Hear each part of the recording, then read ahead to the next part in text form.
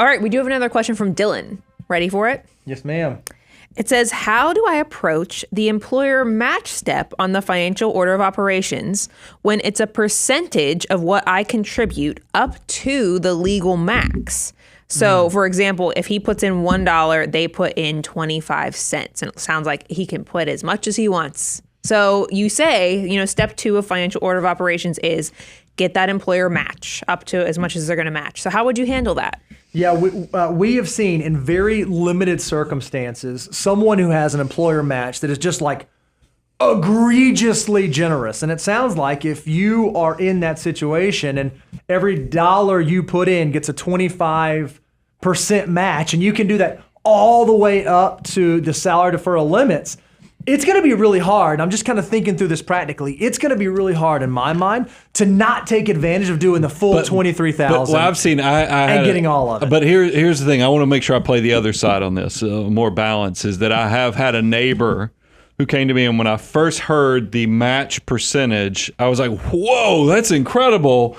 But then you see that they capped it once you reach 6% of your pay. Yep. And then you're like, okay, so they really are not giving you that much money. They're really giving you 2%. But if you look at the way the funding formula works. But let's assume that Dylan has it right, and there's not a cap. It really is up to the 23. You can salary deferral 23,000, or if you're over 50, you can do 30,500.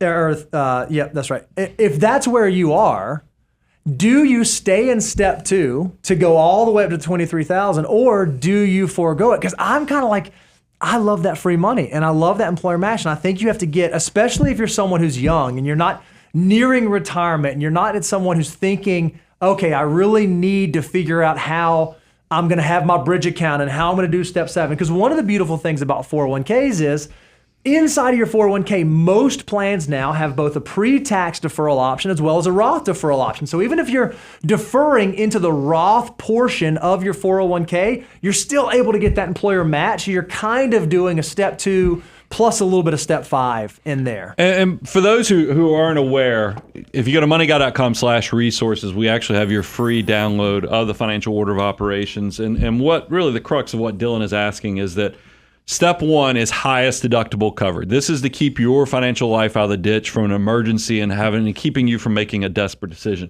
Step 2, this blows up a lot of other systems that are out there, is because we realize a lot of employers give you a dollar for dollar match, or at least 50 cents on the dollar, and that's a 50% or 100% guaranteed rate of return. It's kind of hard to walk away from that free money, so that's why it's step number 2. And that leads to step 3, your high interest debt. Now, the first high interest debt that most people think about is like credit card debt. And here's where I want to get to the nuance of Dylan, is that it's not uncommon with interest rates being higher right now that you could potentially have a 27% credit card rate. Well, if your employer is only offering you a match percentage that gets you to 25%, I do think you have now gone outside of the intent of because I want this employer match has to be such an exceeding benefit to you that you are doing this before you pay off that 27 to 30% credit card debt. That's easy when it's dollar for dollar matching or 50 cents on the dollar. When you get into these nuanced things that say, hey, we're going to give you 20% up to a certain dollar amount or percent, then I think you have to do the math. And I hate that because I've tried to create a system that makes it as math free as possible. But you do need to kind of, when you get into these little gray zones, know what the intent, know what the context was with the design so you can make sure you maximize every opportunity you have in your financial life. 2 things I'd ask you to do, Dylan. Number 1, if you're not subscribed, make sure you subscribe right now. Stay updated to all of the information we put out there. And number 2, if you've not checked out our wealth multiplier, you should go to moneyguy.com/resources. In your age, with the employer match you have access to, plug in your contribution plus your employer's contribution and see what every one of those dollars can turn into by the time you get to 65. And I think that it will blow your mind. We love employer matching. We love watching that money multiply through time. Yeah, and look, we've reacted to some content out there where an employer, it was so generous where potentially you put in 5%, and then if you add your contribution plus what the employer's putting in, it would equal 15%. Yep. And there's other people out there that will say, hey, pay off all your student loan debt, pay off all this debt before you get that employer match. And the purpose of them deferring it for you is sometimes to say, so you'll be that laser focus on paying off the debt.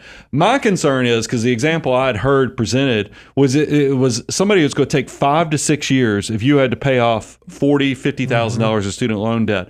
You really could lose 5 to 6 years worth of time. And that's how valuable, especially think about for a 20-year-old, a 22-year-old, a 23-year-old. When you graduate college, yes, you have student loan debt, but it's at a much lower interest rate.